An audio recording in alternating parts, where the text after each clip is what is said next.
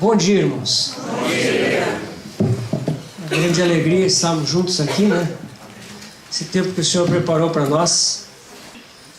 Vamos abrir as nossas Bíblias no livro de Gênesis, capítulo 1, de 1 a 5, versículos de 1 a 5. No princípio, criou Deus os céus e a terra. A terra, porém, estava sem forma e vazia, havia trevas sobre a face do abismo, e o Espírito de Deus pairava por sobre as águas.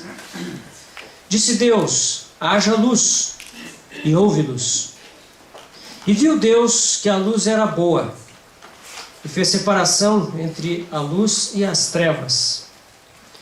Chamou Deus a luz dia, e as trevas noite. Houve tarde e manhã, o primeiro dia. Versículos de 26 a 28 do mesmo capítulo. Gênesis 1, 26 a 28. Também disse Deus: façamos o homem à nossa imagem, conforme a nossa semelhança. Tenham eles domínio sobre os peixes do mar, sobre as aves dos céus, sobre os animais domésticos, sobre toda a terra e sobre todos os répteis que rastejam pela terra. Criou Deus, pois, o homem à sua imagem. A imagem de Deus o criou, homem e mulher os criou. E Deus os abençoou e lhes disse: sede fecundos, multiplicai-vos, enchei a terra e sujeitai-a, dominai sobre os peixes do mar, sobre as aves dos céus e sobre todo animal que rasteja pela terra. Capítulo 2 de Gênesis, versículos de 7 a 9. Então formou o Senhor Deus ao homem do pó da terra e lhe soprou nas narinas o fôlego de vida, e o homem passou a ser alma vivente. E plantou o Senhor Deus um jardim no Éden, na direção do Oriente, e pôs nele o homem que havia formado. Do solo fez o Senhor brotar toda a sorte de árvores agradáveis à vista e boas para alimento, e também a árvore da vida no meio do jardim, e a árvore do conhecimento do bem e do mal. Versículos 15 a 17. Tomou, pois, o Senhor Deus ao homem e o colocou no jardim do Éden para o cultivar e o guardar. E o Senhor Deus lhe deu essa ordem: de toda árvore do jardim comerás livremente, mas da árvore do conhecimento do bem e do mal não comerás, porque no dia em que dela comeres, certamente morrerás. 18 até 24. Disse mais o Senhor Deus: não é bom que o homem esteja só. Far-lhe-ei uma auxiliadora que lhe seja idônea. Havendo, pois, o Senhor Deus formado da terra todos os animais do campo e todas as aves dos céus, trouxe-os ao homem, para ver como este lhes chamaria. E o nome que o homem desse a todos os seres viventes, esse seria o nome deles. Deu nome o homem a todos os animais domésticos, às aves dos céus e a todos os animais selváticos. Para o homem, todavia, não se achava uma auxiliadora que lhe fosse idônea. Então o Senhor Deus fez cair pesado sono sobre o homem, e este adormeceu. Tomou uma de suas costelas e fechou o lugar com carne. E a costela que o Senhor Deus tomara ao homem, transformou-a numa mulher e lhe a trouxe.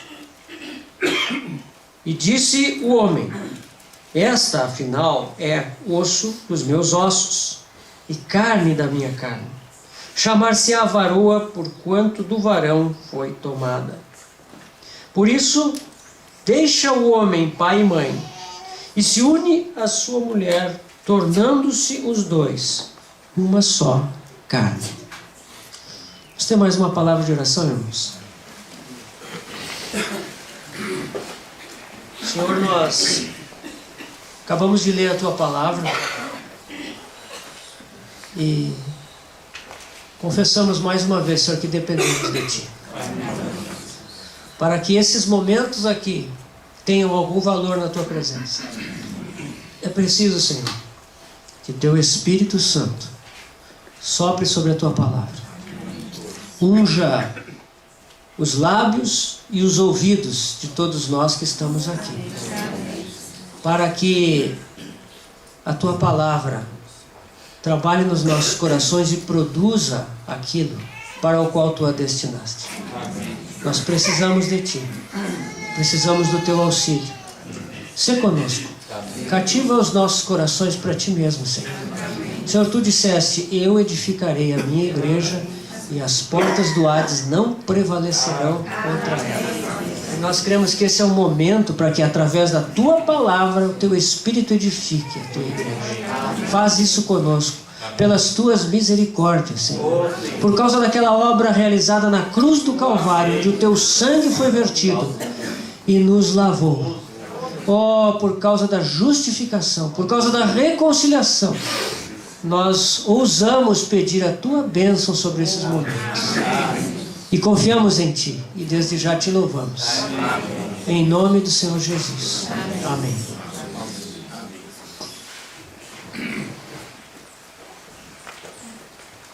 Nós nos propusemos a separar esse tempo para estudar na Palavra de Deus a vida de casal, sob a perspectiva do eterno propósito de Deus. Ontem à noite nós começamos vendo o Salmo 2. O Salmo 2, ele é muito interessante porque ele nos dá um retrato da nossa condição atual. Esse salmo foi escrito por Davi há milhares de anos atrás. Mas ele é tão atual. Ele tem se cumprido ao longo da história do homem. Ele encontrou um cumprimento especial na vinda do Senhor Jesus. Em Atos 4, nós vemos Pedro testemunhando do cumprimento desse salmo nos seus dias, nos primeiros dias da igreja. Mas nós vemos como a palavra de Deus é eterna, meus irmãos, porque esse salmo se cumpre hoje, nos nossos dias. E nós vemos as nações enfurecidas, os povos buscando coisas vãs, querendo sacudir as algemas, os limites que Deus colocou, querendo romper as barreiras que Deus estabeleceu pelo seu propósito para conosco. Nós vemos o mundo enfurecido, procurando destruir todos os fundamentos de Deus. Mas nós também contemplamos no Salmo 2 qual é o comentário do céu a respeito dessa situação. E lá nós vemos que o nosso Deus reina. O nosso Senhor, Ele ri, Ele zomba. Meus irmãos, não zombemos nós. Deixemos que o nosso Senhor zombe. Ele está no controle. Mas isso nos conforta o coração. Nós às vezes nos perturbamos com o momento em que nós vivemos. Nós ficamos assustados vendo o ritmo acelerado com que esse mundo se degrada.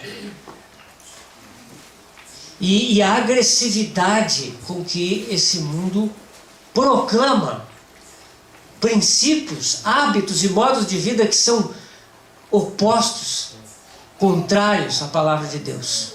Isso às vezes nos assusta, isso às vezes tende a nos levar a uma posição de ficarmos acuados. E nós vemos, como falamos ontem, que a mídia desse mundo, os sistemas modernos de informações bombardeiam as nossas mentes, os nossos corações, procurando de alguma forma se infiltrar no nosso ser e contaminar a nossa fé, corroer a nossa fé. Mas nessas horas precisamos olhar, não o comentário desse mundo, mas o comentário dos céus sobre essa situação que nós vivemos. E ver que o nosso Senhor reina. E Ele ri. Ele estabeleceu o seu rei no seu santo monte Sião. E esse rei, o nosso Senhor Jesus, Ele já reivindicou a sua herança às nações. Ele já está sentado à destra da majestade nas alturas. Ele reina. Ele governa. Ele está realizando todo o propósito de Deus, meus irmãos. Os selos do livro estão sendo abertos. O propósito de Deus está em pleno curso. A igreja está sendo ataviada e preparada. O reino de Deus está sendo preparado. Breve nós seremos levados daqui, para que Deus então traga o seu juízo sobre essa terra e venha o seu reino. Amém. E o mais interessante, o mais empolgante, meus irmãos, é que Ele regerá as nações com cetro de ferro e nós reinaremos com Ele. Nós seremos vice-reis com Ele. Debaixo dele como cabeça nós reinaremos sobre as nações, se nós vencermos. E nós vimos o que é um vencedor, né? Alguém que confia, que depende do precioso sangue, alguém que tem uma palavra de testemunho, alguém que não ama a sua própria vida, mesmo diante da morte. Esse é o vencedor. Ontem nós até mesmo deixamos de fora os últimos versículos do Salmo 2. Depois da mensagem a minha esposa veio dizer: mas e os últimos versículos, a última estrofe? A última estrofe, meus irmãos, é apenas uma advertência às nações.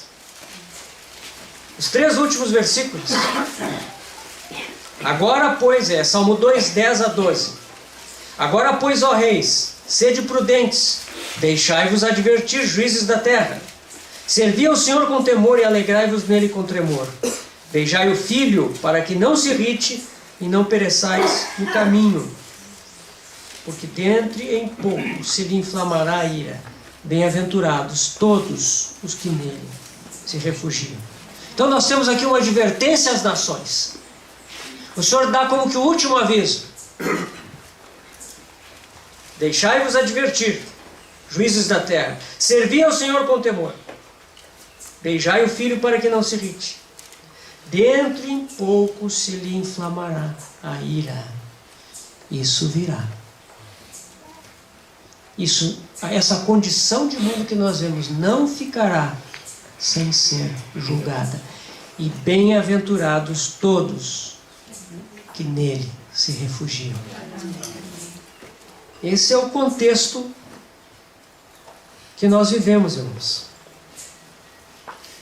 E hoje nós queremos avançar um pouquinho mais. Porque diante de uma situação tão deteriorada que nós vemos ao nosso redor, os fundamentos de Deus sendo confrontados, desafiados de forma tão veemente. Aqueles que têm filhos, principalmente filhos pequenos em escola, vendo os programas escolares ensinarem abertamente coisas completamente opostas às Escrituras. Quando nós vemos essa situação, cabe nós retornarmos ao princípio de tudo, aos fundamentos de tudo. Por isso que nós estamos olhando Gênesis 1, 2 e alguma coisa a mais. Nós queremos revisar. Aqueles que já conhecem bem esse assunto, me desculpem, mas será uma revisão. Aqueles que querem aprofundar um pouquinho mais, eu espero que o que nós vamos compartilhar seja de ajuda e encorajamento. Mas é necessário que esses fundamentos sejam reforçados para nós entendermos por que as coisas são assim, como Deus as fez. Aqui em Gênesis 1, nós temos a criação dos céus e da terra. a criação do mundo. Hoje em dia nós sabemos, meus irmãos, que há muitos desafios ao relato da criação de Deus. Nem vamos entrar muito nisso. Ontem falamos em Darwin, o ensino sobre a evolução, a origem acidental, casual do universo e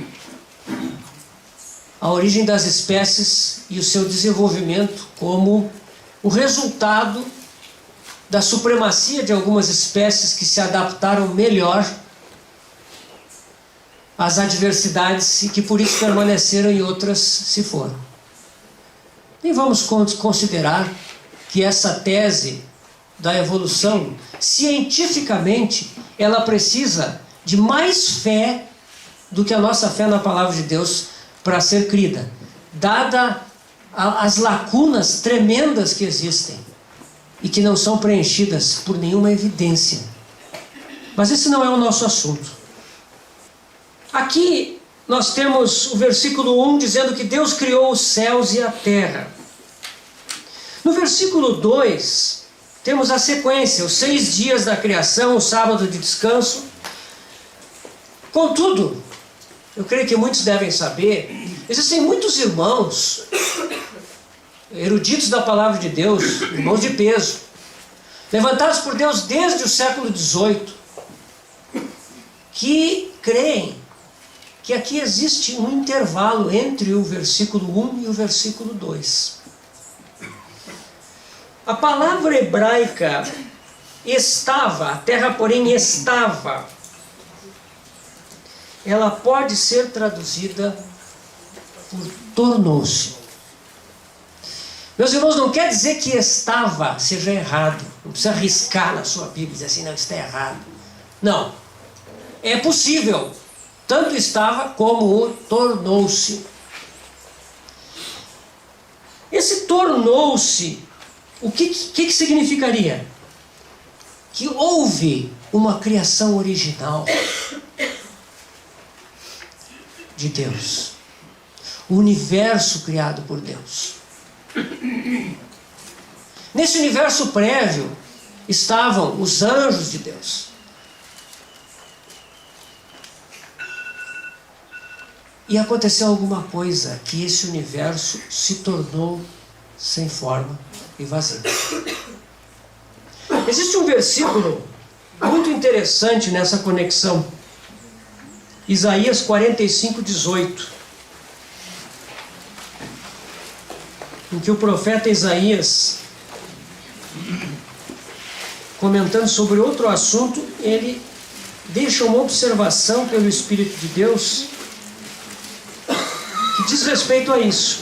Isaías 45:18.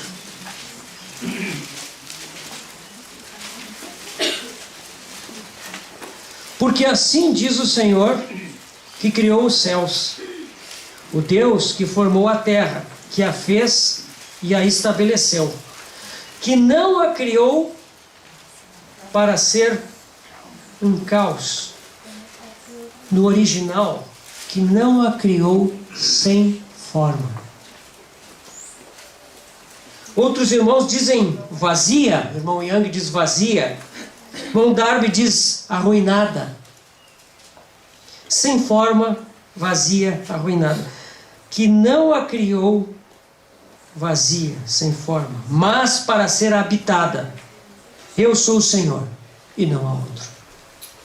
Então aqui nós vemos o profeta falando que Deus não criou a terra sem forma. Então aqui nós nos perguntamos, Deus é um Deus perfeito. Ele não cria algo, ele não deixa algo improvisado para depois arrumar. Deus não fez então, separou os materiais, deixou num canto lá, bom, agora em seguida eu vou vir arrumar isso aí. Não, nós fazemos isso. Deus não faz assim. Então como haveria uma terra feita sem forma e vazia? Uma terra onde havia trevas sobre um abismo. Esse é um quadro de uma catástrofe, de um cataclisma. O universo caiu sobre maldição. Esses irmãos que creem dessa forma, o primeiro que se manifestou nesse sentido foi um irmão escocês chamado Thomas Chalmers, no século XIX, e ele atribui isso a um autor do século XVIII. O irmão Thomas Chalmers, no final do século XIX, no século XX já essa visão foi adotada pela Bíblia de Scofield, e depois vieram outros irmãos, como o irmão Pink, o irmão Campbell Morgan, o irmão C.A. Coates, o irmão Griffith Thomas, o irmão Eric Sauer e outros mais recentes. Esses irmãos creem que entre Gênesis 1:1 e 1:2 houve a queda de Lúcifer, o arcanjo que governava o universo. E ele se rebelou contra Deus. E 1/3 dos anjos se uniram a ele na sua rebelião. Por causa disso, houve um julgamento nesse universo. E ele se tornou sem forma, vazio, arruinado. Essa queda, ela está descrita em Isaías 14, de 12 a 15. Eu só vou citar, não vamos ler lá. Isaías 14, de 12 a 15 e Ezequiel 28, 11 a 19. São duas passagens desses dois profetas que descrevem a queda de Lúcifer e as consequências, o juízo que caiu sobre ele.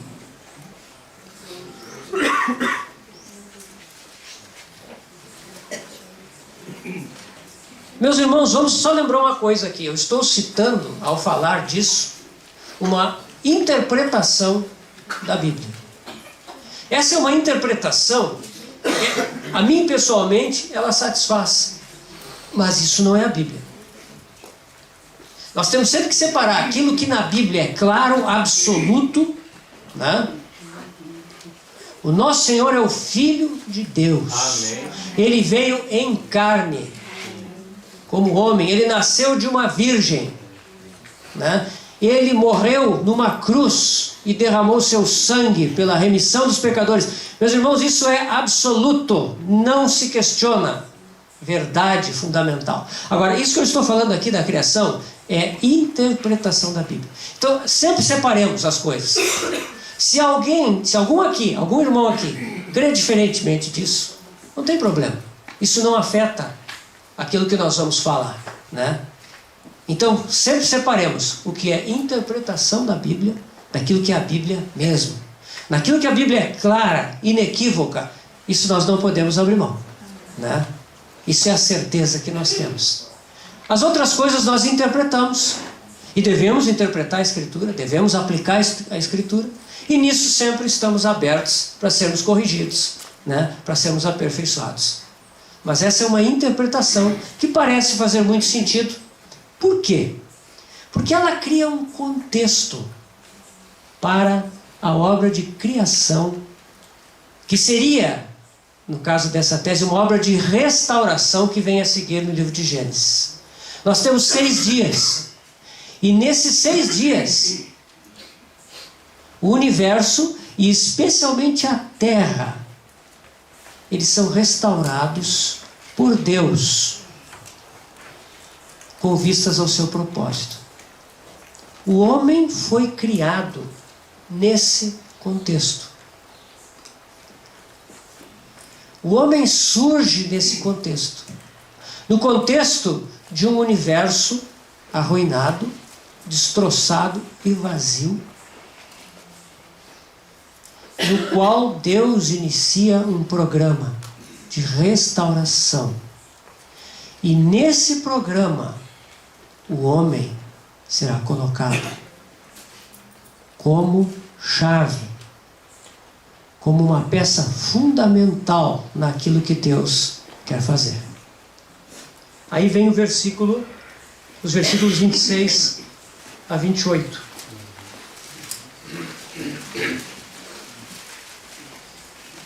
Onde nós vemos a criação do homem. Façamos o homem à nossa imagem, conforme a nossa semelhança. Tenham eles domínio sobre os peixes do mar, sobre as aves do céu, sobre os animais domésticos, sobre toda a terra e sobre todos os répteis que rastejam pela terra. Criou Deus, pois, o homem à sua imagem, a imagem de Deus o criou, homem e mulher os criou. E Deus os abençoou e lhes disse: sede fecundos, multiplicai-vos, enchei a terra, sujeitai-a, dominai sobre os peixes do mar, as aves do céu, sobre todo animal que rasteja pela terra.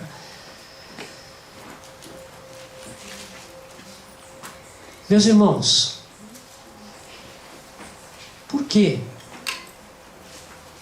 Deus criou o mundo? Em Gênesis 1 nós temos um relato da criação. Em Gênesis 1 nós temos o fato da criação. Aqui está apresentado um fato. Deus criou tudo e todas as coisas. Deus fez o mundo. Esse mundo caiu sob maldição. Deus não mudou seus propósitos. E Ele restaurou o mundo. E Ele criou o homem. Por quê? Deus precisa do homem? Deus precisa do universo? Deus é eternamente completo. Ele nada precisa. Ele não precisa fazer um universo por alguma necessidade.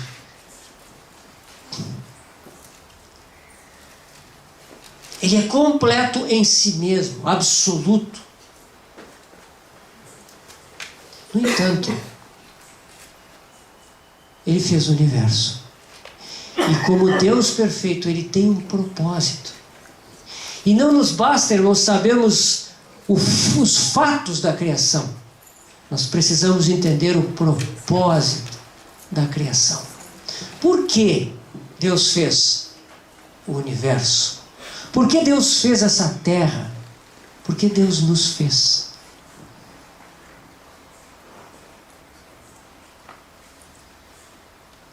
Meus irmãos, vejam como Deus nos fez.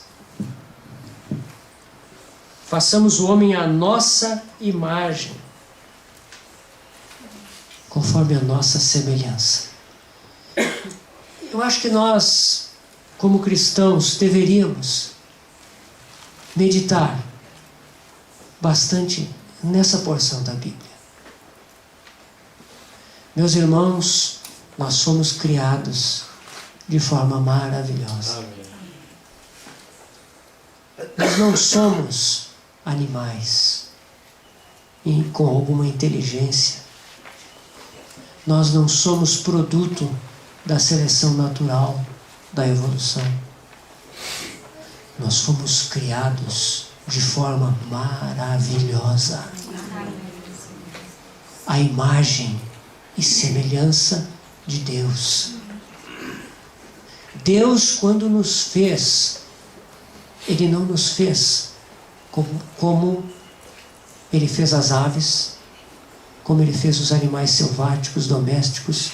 Por mais maravilhosos que sejam esses animais, leia lá o livro de Jó. Deus descreve o crocodilo, né? Deus descreve o hipopótamo. E Deus, é muito interessante, meus irmãos, que como Deus se deleita em mostrar uma pequena parte da sua criação e falar sobre a pele, sobre o dorso, sobre os ossos, sobre as mandíbulas. Deus criou, a sua criação é maravilhosa. Se nós olharmos para os detalhes da sua criação, nós vamos ficar estupefatos. Mas o homem é algo peculiar. Quando Deus fez o homem, final do 6º dia, Ele disse: façamos o homem a nossa imagem, a nossa semelhança. Que chamamento, irmãos! Meus irmãos, sim, nós pecamos. Vamos ver isso hoje à noite. O nosso pecado causou danos muito grandes nas nossas vidas. Mas Deus não abandonou seu propósito. Deus deseja hoje que essa imagem e essa semelhança sejam plenamente manifestadas em nós. O nosso chamamento não mudou, e é um chamamento muito alto. Pense nisso. Deixe, meu irmão, que o Espírito Santo fale com você, fale ao seu coração sobre isso. Deus o fez à sua imagem, à sua semelhança. Essa é a intenção de Deus ao nos criar. Isso não é pouca coisa.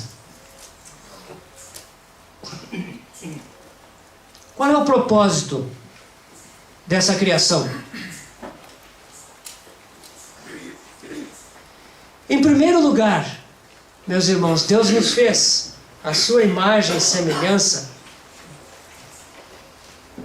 porque Ele queria criar um ser compatível com Ele mesmo. Deus queria criar um ser para comunhão. Deus Pai, Deus Filho, Deus Espírito Santo, eles têm uma comunhão perfeita. É um mistério nós falarmos da Trindade. É até algo que com muito temor nós entramos, porque é um assunto muito santo e muito difícil para a compreensão limitada das nossas mentes. Deus é um só, mas essas três pessoas que compõem uma perfeita unidade, Deus Pai, Deus Filho, Deus Espírito Santo, eles conversaram entre si na sua comunhão perfeita, cheia de amor e graça por toda a eternidade. Eles conversaram entre si e disseram: façamos o homem, a nossa imagem, a nossa semelhança. Meus irmãos, o amor de Deus é tão grande. E o amor verdadeiro, ele precisa de um objeto onde ele possa se derramar. Deus, no seu amor, que sempre eternamente fluiu entre as pessoas da Trindade, Ele um dia desejou que esse amor fosse derramado em seres similares a Ele. Não deuses, mas seres que tivessem uma personalidade própria. Seres criados com a capacidade de amá-lo por sua livre e espontânea vontade, por decisão própria. Seres capazes de contemplá-lo e de vê-lo, de apreciá-lo e de dizer: eu desejo esse Deus, eu desejo a comunhão com esse Deus. Por isso Deus nos criou, porque Ele deseja comunhão, Ele deseja companhia. Não é verdade que todos nós desejamos companhia? Tem algumas pessoas que são assim mais sozinhas, né? Mais recolhidas, mas a grande maioria de nós gostamos de companhia, nós gostamos de comunhão. Por isso nós estamos aqui, né? Estamos juntos, nos conhecemos, podemos conversar, gastar tempo juntos. Isso é algo maravilhoso. Comunhão. Deus deseja comunhão. Meus irmãos, é muito curioso que nós vejamos as grandes figuras da Bíblia. Abraão foi chamado de amigo de Deus, né?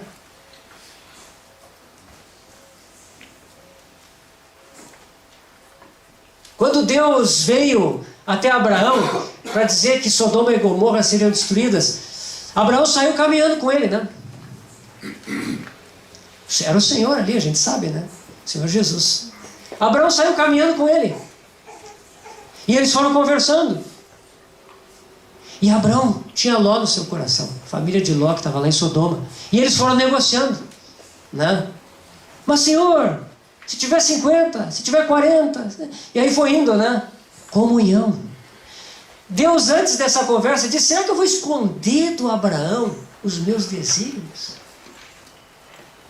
Ele foi chamado para ser bênção sobre todas as nações, eu vou esconder isso dele? Não, aí eles foram conversando. Meus irmãos, Deus deseja amizade, companhia. Deus deseja que nós andemos com Ele. Ele quer que nós derramemos nosso coração para Ele, mas Ele também quer derramar o coração dele para nós. É incrível nós tentarmos entender isso, mas Deus tem necessidade de comunhão. Ele deseja cumprir os seus propósitos, mas Ele, por amor de nós, Ele não consegue guardar os seus propósitos para Ele mesmo. Ele pode fazer tudo pela sua autoridade completa. Ele é soberano, onipotente, mas por causa do seu amor para conosco, Ele decidiu fazer as coisas dele conosco. Amém. E Ele quer que a gente se achegue a Ele, para Ele poder repartir o seu coração. Ele quer sair caminhando conosco, colocar o braço sobre o nosso ombro e começar a falar qual é o desejo do seu coração. O que Ele quer fazer? Ele quer nos cativar para Ele mesmo. Deus quer amigos. Deus deseja que nós sejamos seus amigos.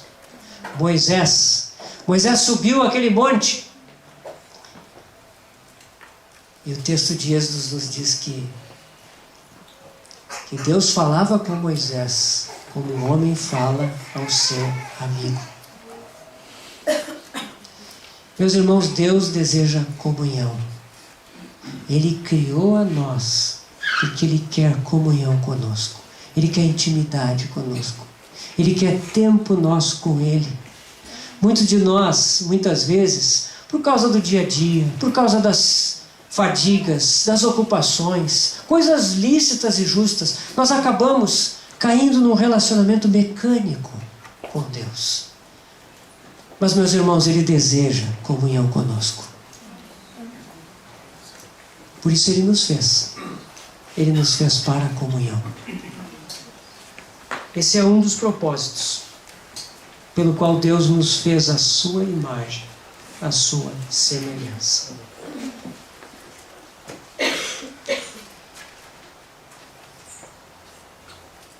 Outra razão pela qual Deus nos fez assim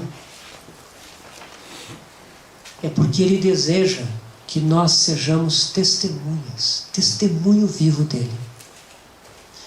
Nós somos imagem e semelhança de Deus, para que Deus seja visto, manifestado e conhecido neste mundo. Deus é Espírito, mas nós fomos criados de carne e osso. E nesse mundo físico que Deus criou, nós somos os meios pelos quais testemunho é dado de que Deus existe, de que Deus nos ama e tem um propósito para todos nós. Amém. Nós somos expressão, manifestação dele mesmo, imagem e semelhança sua. Por isso Deus nos fez, para que nesse mundo que Ele criou, nós pudéssemos ser expressão viva dele mesmo, imagem e semelhança dele. E por fim,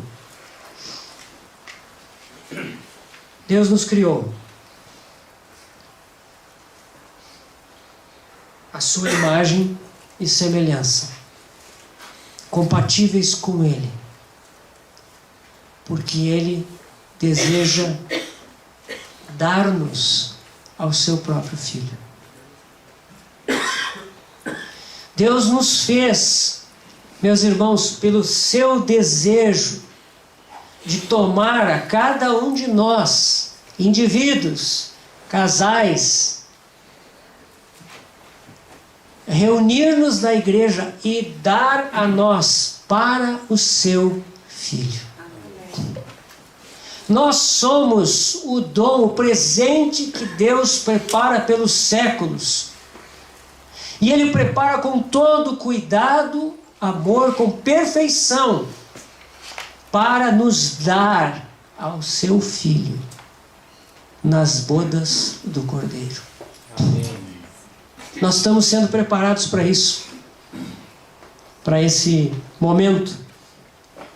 Em Colossenses, Epístola de Paulo aos Colossenses, no capítulo 1, versículos 15 a 16, o texto nos diz: este é o Filho, o Filho do seu amor, é a imagem do Deus invisível, o primogênito de toda a criação, pois nele foram criadas todas as coisas, nos céus e sobre a terra, as visíveis e as invisíveis, sejam tronos, sejam soberanias, quer principados, quer potestades. Tudo foi criado por meio dele e para ele. Meus irmãos, tudo foi feito para ele. O universo inteiro foi feito para ele. Nós fomos feitos para ele. O texto aqui diz que nele foram criadas todas as coisas. Não somente ele fez, mas o Senhor Jesus, ele foi a base, o princípio pelo qual tudo mais foi feito. Nele foram feitas todas as coisas. Sabemos que tudo foi feito por meio dele também. O Evangelho de João diz, capítulo 1, versículo 3, né? Todas as coisas foram criadas por meio dele, e sem ele, nada do que foi feito se fez. Ele fez tudo.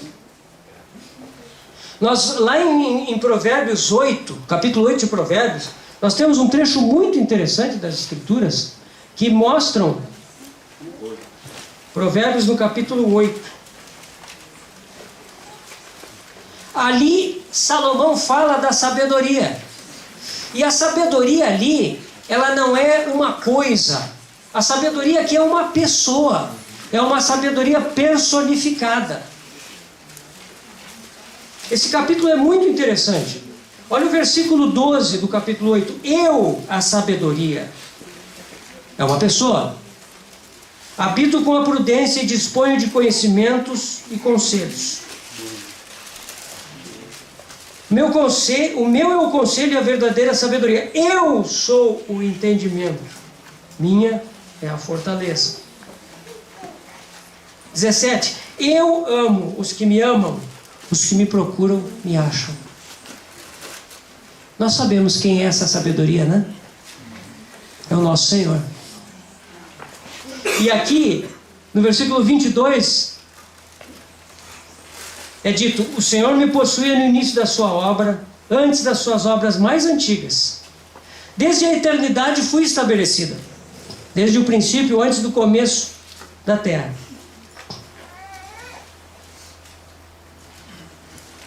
Olha o 26.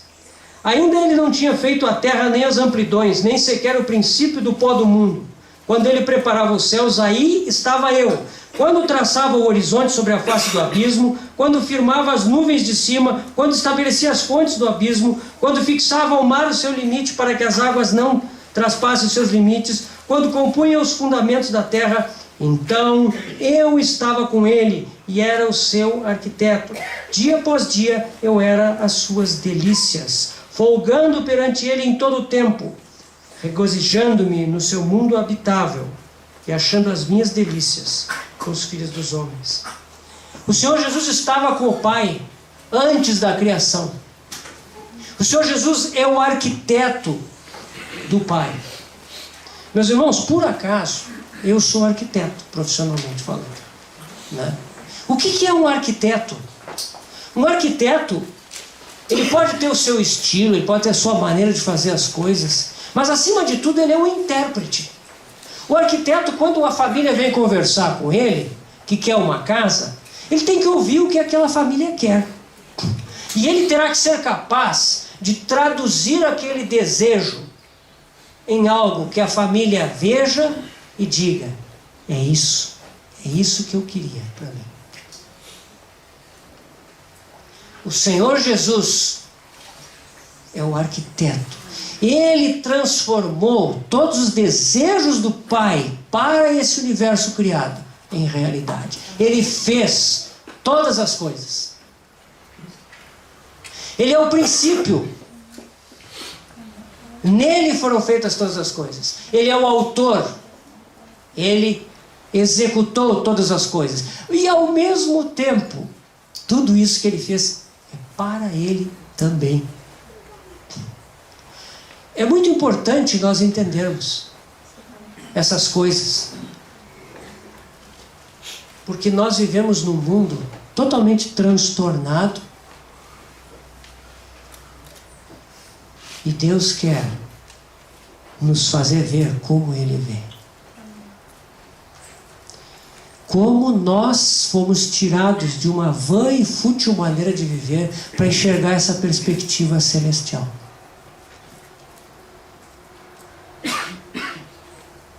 Efésios 1, 22 e 23. Eu vou ler esses dois versículos com uma pequena alteração de ordem, tá? Que não é invenção da minha cabeça, irmãos, tá? Eu estou seguindo as versões dos irmãos Darby, Young e Rotterdam. São três irmãos que já são do século XIX, irmãos que se debruçaram sobre as Escrituras para produzir traduções literais. Olha o que diz Efésios 21, 22 e 23. A respeito disso que nós estamos falando. E pôs todas as coisas debaixo dos seus pés.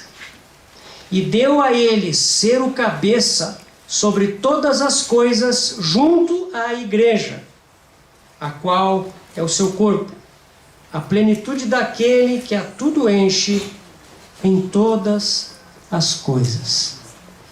Meus irmãos, esse texto, querem que eu repita? Eu vou repetir. Efésios 1, 22 e 23. E pôs todas as coisas debaixo dos seus pés, e deu a ele ser cabeça sobre todas as coisas junto à igreja, a qual é o seu corpo, a plenitude daquele que a tudo enche em todas as coisas. O capítulo 1 de Efésios, meus irmãos, é talvez uma das porções mais sublimes das Escrituras.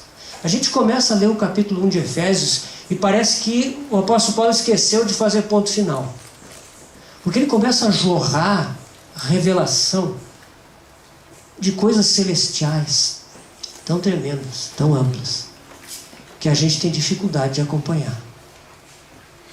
Esses dois versículos aqui estão nesse contexto. Mas daqui nós tiramos algumas coisas. O Senhor é a plenitude daquele que a tudo enche em todas as coisas. O propósito de Deus é encher esse universo com o seu Filho. O propósito de Deus é encher tudo e todas as coisas com Ele. Quando esse universo foi criado, ele foi criado como um território para ser enchido com Cristo. Deus poderia já ter feito tudo pronto, mas, meus irmãos, Ele deseja fazer conosco. Ele deseja que nós estejamos, que nós participemos desse processo. Por isso o mundo foi criado, por isso o tempo foi criado, e nós estamos aqui. Porque existe um processo maravilhoso pelo qual o universo será enchido com o Espírito de Cristo, com a vida de Cristo, com o caráter de Cristo. E Cristo será visto em tudo e todas as coisas. E nós estamos participando disso. Meus irmãos, nós somos criados à imagem e semelhança de Deus. Nós somos criados com compatibilidade para nos relacionar com Deus por causa disso. Por essa maravilhosa aventura que é a vida humana, segundo o propósito de Deus. Encher tudo. Encher todas as coisas com o seu Filho, com a vida do seu Filho, com o caráter do seu Filho. Pôs todas as coisas debaixo dos seus pés. E deu a ele ser o cabeça sobre todas as coisas. Mas não sozinho. Junto à igreja. Meus irmãos, a igreja participa dessa primazia de Cristo, dessa soberania de Cristo sobre todas as coisas. A igreja é chamada para estar junto com Ele. Junto à igreja, a qual é o seu corpo. a plenitude daquele que a tudo enche em todas as coisas. Meus irmãos, 2 vezes na vida terrena do Senhor Jesus, o Pai expressou a sua plena aprovação à vida terrena do seu Filho encarnado. Nós sabemos que quando o Senhor Jesus, já com 30 anos, se apresentou para o batismo diante de João Batista, quando ele subiu das águas, a voz do céu veio. Deus se fez ouvir. Deus não podia ficar em silêncio. É interessante que Deus não usa um intermediário, um profeta. Ele mesmo fala. Eis o meu filho amado, em quem me comprazo. Me comprazo, ou seja, em quem eu tenho prazer. O Senhor Jesus havia vivido 30 anos no silêncio, 30 anos dos quais nós não conhecemos quase nada, muito pouca coisa. Mas o Pai conhecia cada segundo. E ele disse: eu tenho prazer neste homem. Ele viveu mais 3 anos. E ele subiu ao Monte da Transfiguração. E lá novamente o Pai se manifesta. Pedro quer construir tenda para o Senhor e para os outros, né? E novamente o Senhor, Deus Pai, se manifesta. Este é o meu Filho amado, em quem me comprazo, a Ele ouvi. Prazer. O Pai tem prazer no seu Filho. E Ele diz isso para nós ouvirmos. Eu tenho prazer nele.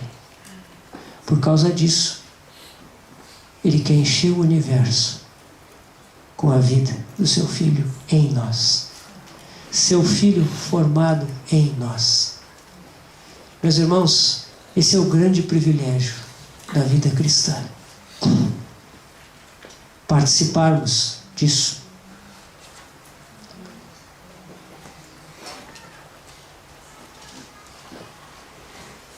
Há um outro versículo aqui mesmo em Efésios 1,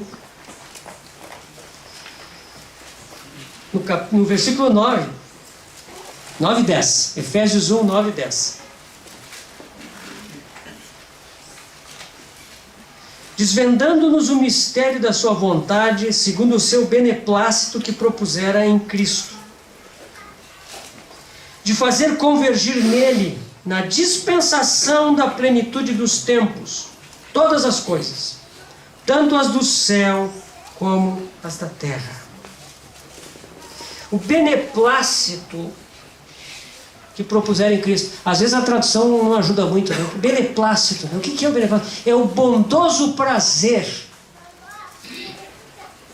O Senhor tem prazer em exercer a sua bondade ao estabelecer esse propósito, o mistério da sua vontade, que Ele propôs em Cristo.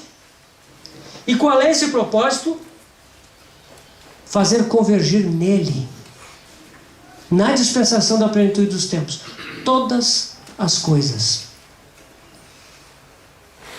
Meus irmãos, a nossa tradução em português, eu acho extremamente feliz aqui. Convergir. Essa palavra que em grego aqui, anakephalon, é uma palavra que ela tem um radical que indica cabeça. Só que na verdade é no sentido assim de golpear a cabeça. O sentido original, golpear a cabeça. Isso quer dizer como se fossem arremessadas coisas na cabeça.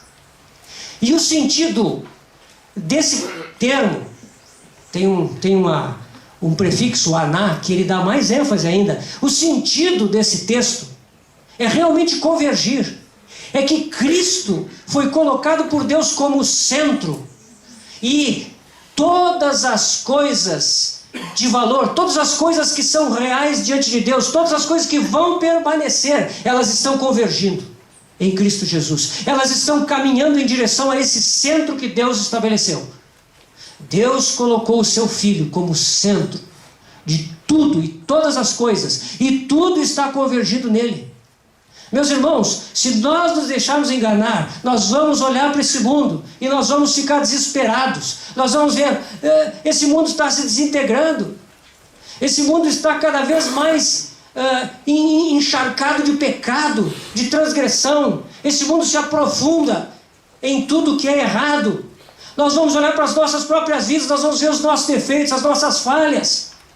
Nós vamos olhar para a nossa vida de casados e vamos ficar frustrados com tantas coisas, para os nossos filhos, para a congregação onde reunimos. Meus irmãos, olha um pouquinho mais adiante. Deus está fazendo todas as coisas convergirem em Cristo. Meus irmãos, o Salmo 2 nos adverte. Se nós olharmos para esse mundo e para o que esse mundo nos diz, nós não vamos ver nada disso. Nós vamos ver as coisas divergindo de Cristo. Mas se nós olharmos para o Rei que Deus estabeleceu no seu Monte Santo Sião, o Filho de Deus entronizado, nós vamos ver que todas as coisas estão convergindo em Cristo Jesus. Esse é o movimento do universo. Meus irmãos, às vezes nós podemos ficar alheios a essas realidades, mas a palavra de Deus, e por isso nós precisamos ser lavados por essa palavra, ela quer nos revelar isso. Ela quer nos mostrar que esse universo caiu em ruína por causa da queda do arcanjo, mas Deus o restaurou como terra habitável. E aqui hoje nós vemos o propósito de Deus em curso. E todas as coisas estão convergindo no seu Filho. Ele é o primaz.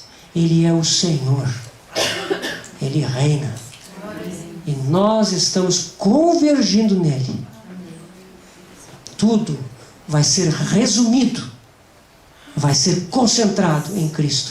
E esse universo será cheio de Cristo. Esse é o movimento que nós vemos hoje. Meus irmãos, o plano de Deus de restaurar a terra não é um plano B. A gente pode pensar assim, muito bem, Satanás caiu, foi julgado, a terra ficou sem forma e vazia. Agora então Deus vai ter que fazer uma recuperação. Não. Às vezes Deus muda os seus métodos, né? As dispensações, antiga aliança, nova aliança, mas Deus jamais muda os seus propósitos. O propósito de Deus sempre foi que todas as coisas convergissem para o seu Filho, que o seu Filho enchesse a tudo e todas as coisas, que esse mundo fosse criado e o homem fosse criado, e o homem fosse o meio pelo qual Cristo vai encher tudo e todas as coisas. Esse propósito permanece para sempre. Nós estamos aqui por causa disso. Então não é um plano B, não. Esse é o propósito de Deus. E nós queremos ver mais proximamente a questão da vida dos casais. Lá em Gênesis 1 de novo. Vou voltar lá para o início.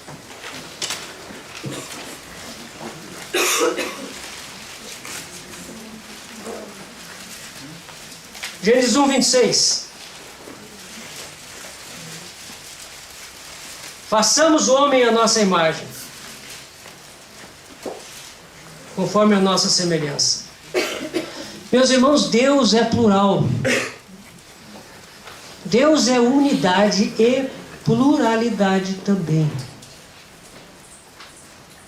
Não vamos explicar isso aqui. Não vamos nem tentar, para não pecar, né? Mas Deus é pluralidade. Façamos. Ele dá testemunho disso no texto da Escritura. Façamos. Pai, o Filho e o Espírito Santo estão, dialogando. seus diálogos eternos. Façamos. O homem. Façamos o homem, singular. Está aqui no texto do cartaz, né? Façamos o homem, singular, e logo em seguida, tenham eles. A minha tradução não diz, a minha tradução diz tenha ele, né? Mas de novo, se nós recorremos a esses irmãos que examinam os originais, né? Irmão Darby, irmão Young, irmão Rotterdam, eles põem aqui o que está no original, plural. Tenham eles. Pô, que história é essa? Aqui tem um erro no original da Bíblia. Como é que no homem no singular tenham eles? Alguém poderia dar uma filosofada? Não, é que isso é que eles vão se multiplicar, né? Não, meus irmãos. Logo em seguida, no 27, está explicado. Criou Deus, pois, o homem, singular, a sua imagem. A imagem de Deus o criou, singular. Homem e mulher os criou, plural. Meus irmãos, assim como Deus é uma unidade, plural, Pai, Filho, Espírito Santo, Deus criou o homem, a sua imagem e a sua semelhança. O homem é plural, homem e mulher. Meus irmãos, a humanidade criada por Deus, ela não é composta de indivíduos soltos. A humanidade se completa na união entre homem e mulher. Homem e mulher são a unidade básica, a unidade de operações de Deus no seu propósito eterno. Tem um irmão Stephen Cohn, ele diz que existe uma analogia da Trindade na criação do homem. Porque assim como Deus é trino, o homem também é trino, porque é homem, mulher e Deus. Então, nessa humanidade que Deus planejou, também são três: o homem e a mulher, sob o governo de Deus. Meus irmãos, isso é muito importante. Quando nós vamos lá no final do capítulo 2, nós vemos Gênesis 2, 24. Por isso deixa o homem pai e mãe e se une à sua mulher, tornando-se os dois uma só carne. Uma só carne. Meus irmãos, vocês percebem isso? Que Deus criou o homem como um ser plural. Homem e mulher os criou. A unidade da humanidade é um composto de homem e mulher. Nós sabemos que há exceções a isso. O Senhor Jesus mesmo, ele mencionou.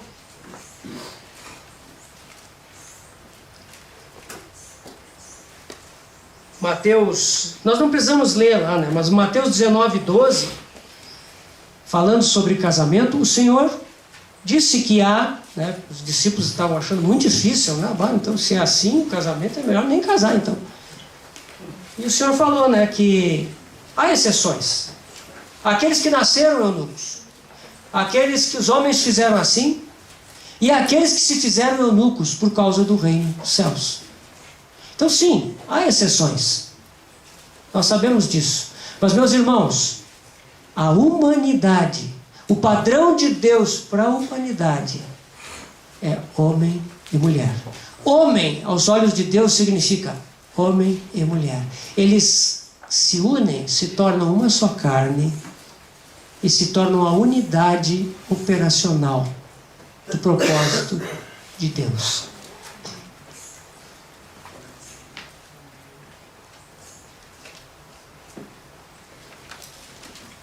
Em seguida, aqui nós vemos que este primeiro casal, homem e mulher, eles têm um chamamento. Versículo 28. Sede fecundos, multiplicai-vos.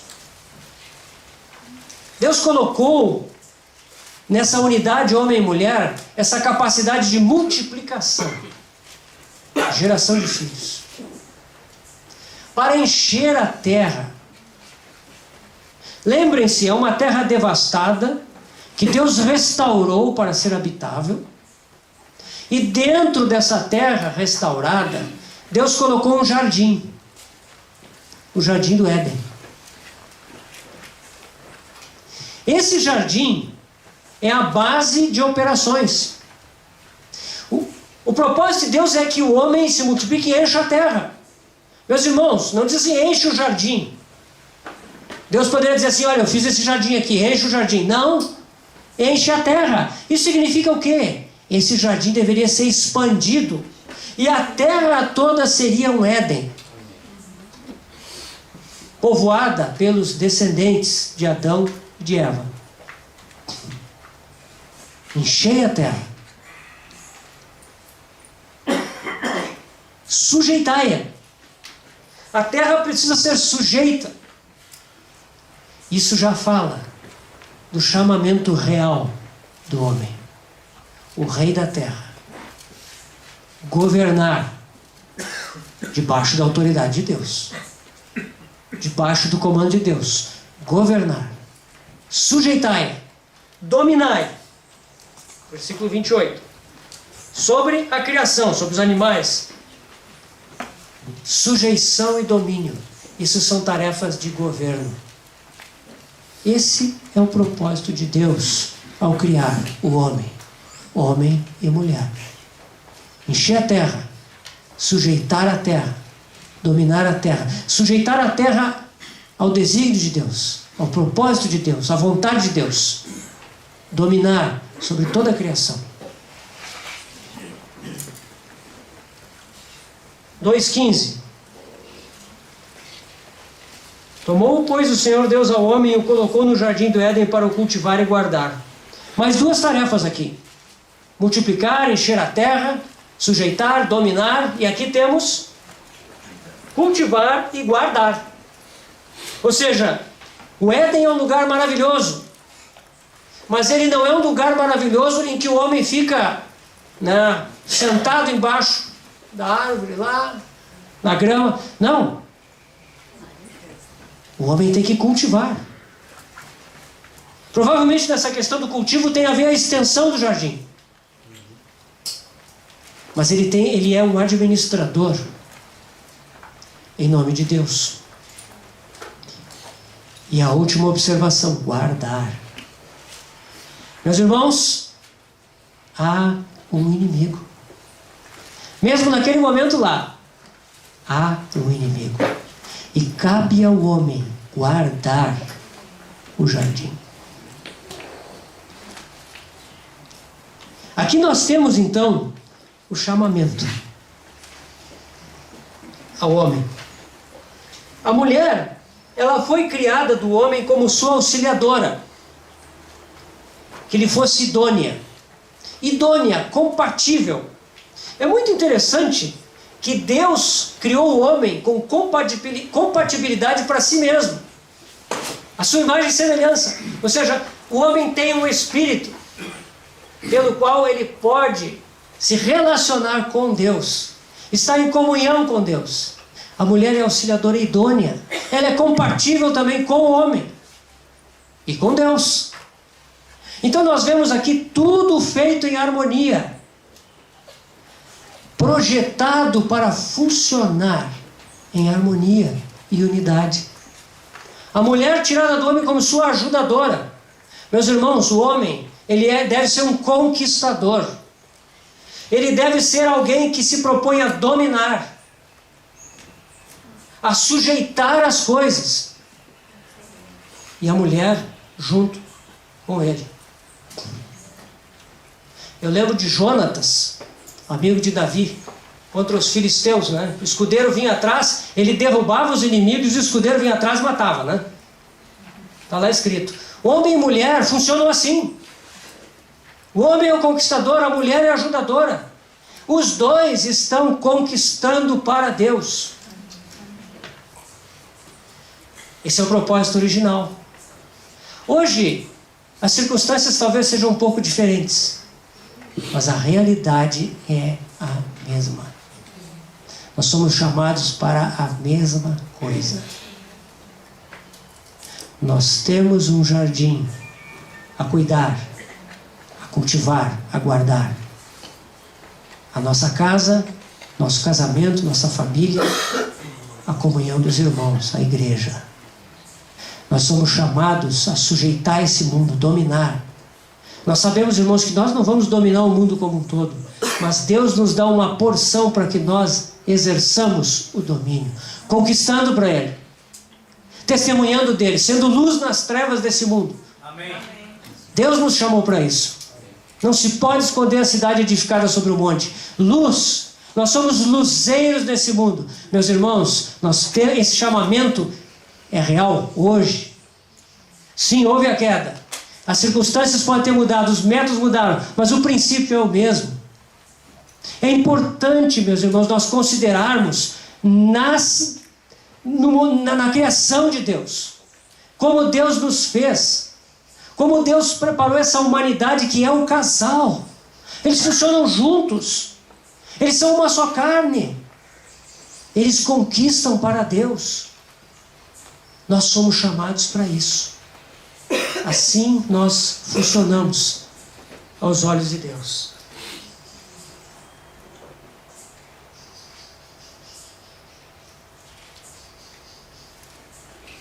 Eu creio que isso pode nos ajudar, irmãos, a entender que nessa era de individualismo que nós vivemos, nessa era de tanta centralidade de nós mesmos, de nos colocarmos no centro, como é preciso nós entendermos essa humanidade plural que Deus estabeleceu. Homem e mulher os criou, e serão uma só carne. Meu irmão, você percebe por quê? Hoje em dia nós vemos esse ataque tão forte, tão violento ao casamento. Isso não é de nada. Isso não é apenas um aspecto da degradação dos nossos dias. Isso é um aspecto central. Satanás tenta destruir a própria humanidade como Deus a projetou, destruindo os casais de Deus, destruindo as famílias, destruindo os relacionamentos que Deus estabeleceu. Meus irmãos, porque uma vez destruído isso, todo o resto está anulado. Porque Deus estabeleceu no seu propósito realizar toda a sua vontade através desse homem corporativo que Ele criou lá no jardim do Éden. Criou Deus, pôs o homem à sua imagem e semelhança. A imagem de Deus o criou, homem e mulher os criou. Meus irmãos, que os nossos olhos sejam abertos para perceber o porquê que nós estamos sendo atacados. Que os nossos olhos sejam abertos para entender aquilo que nós já falamos. Existe uma cultura deste mundo, uma cultura relativista. Tudo é relativo, tudo pode ser experimentado. Não há nada sólido que não se desmanche no ar. Isso é o que diz esse mundo, a cultura desse mundo. Um mundo plural, um mundo aberto para qualquer coisa. E um mundo que assiste à corrosão dos casais e das famílias. Porque elas estão no centro do propósito redentor de Deus. Meus irmãos, será que não é hora de nós acordarmos? De nós esquecermos de nós mesmos? De nós deixarmos de lado as coisas pequenas, as implicâncias, as provocações, as preferências mesquinhas, os conflitos? Será que não é hora de nós olharmos para o alto e vermos o propósito de Deus? Amém. Meus irmãos, todos aqui, ou a grande maioria, são casados no Senhor. Meu irmão, minha irmã, teu companheiro, tua companheira, te foram dados por Deus. Vocês são um só. Vocês são chamados para ser cheios da vida de Cristo e encher essa terra da vida de Cristo. Para conquistar aquilo que não é de Cristo, aquilo que está nas trevas, aquilo que está sob o domínio do usurpador, para Cristo.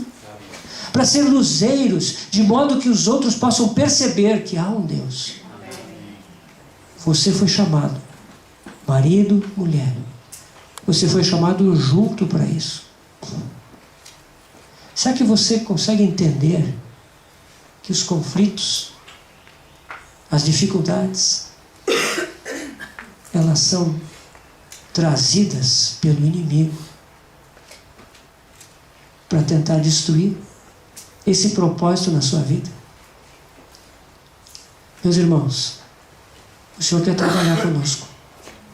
O Senhor quer ajustar muitas coisas.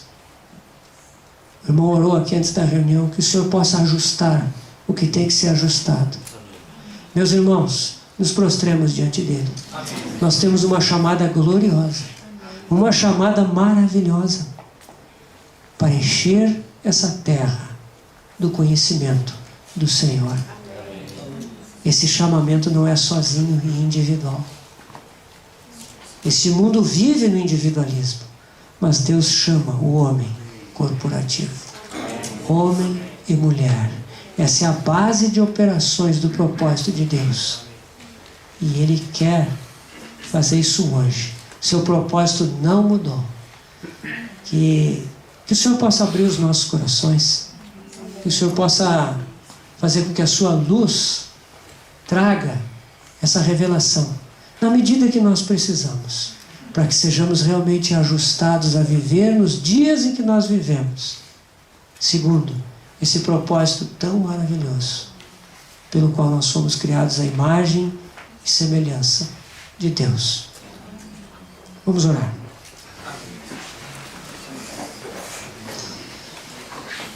Pai querido, nós só podemos te dar graças por ter nos criado. E nos criado de forma tão maravilhosa. Obrigado, Pai, porque podemos te conhecer, porque podemos receber a vida de Cristo em nós, porque podemos, ao viver como casados, experimentar essa unidade que Tu preparaste de antemão para nós. Pai querido, ajuda-nos a entender os Teus propósitos eternos. Queremos andar neles. Queremos ser ajustados a esses propósitos eternos. Senhor, alarga o nosso coração. Alarga o nosso entendimento. Alarga o nosso desejo de experimentar isso de verdade. Senhor, livra-nos de que isso venha a ser um conhecimento, uma informação espiritual que nós guardamos nas gavetas da nossa mente. Mas, Senhor, nos coloca dentro dessa realidade. Queremos viver hoje essa vida verdadeira de conquistadores para Ti, de dominadores, daqueles que sujeitam para Ti. Ó Senhor, fala conosco. Nós encomendamos as nossas vidas nas Tuas mãos. E Te agradecemos, Pai, no nome do Senhor Jesus. Amém.